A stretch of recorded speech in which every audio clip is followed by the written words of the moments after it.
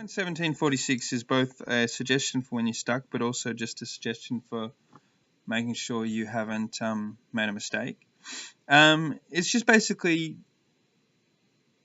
either to begin a problem or to finish a problem by just ticking off everything that you have been asked to use.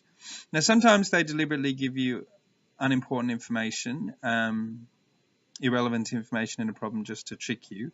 But most of the time, if you don't use a piece of information that you're given, it's a clue that you should rethink what you did. So, for example, if you had to increase £100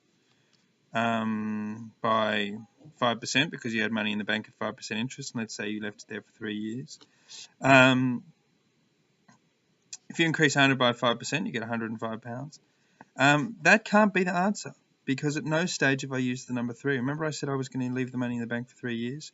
If I haven't used the number 3 at some point in answering this question, then it means that I've definitely made a mistake. So that's what comment 1746 suggests, is just tick off everything that was in the question and make sure that you've used it. Like physically tick it off, maybe, just to check that your method is robust. Now, as I say, you've got to use this flexibly. Sometimes there'll be irrelevant information or information in the question that enables you to work something out in more than one way. So, for example, in this classic question here,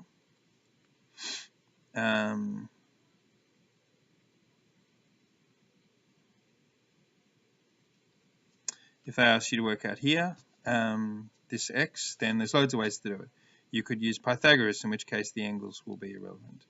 Or you could use trigonometry, in which case one of these two sides will be irrelevant and one of the angles will be irrelevant.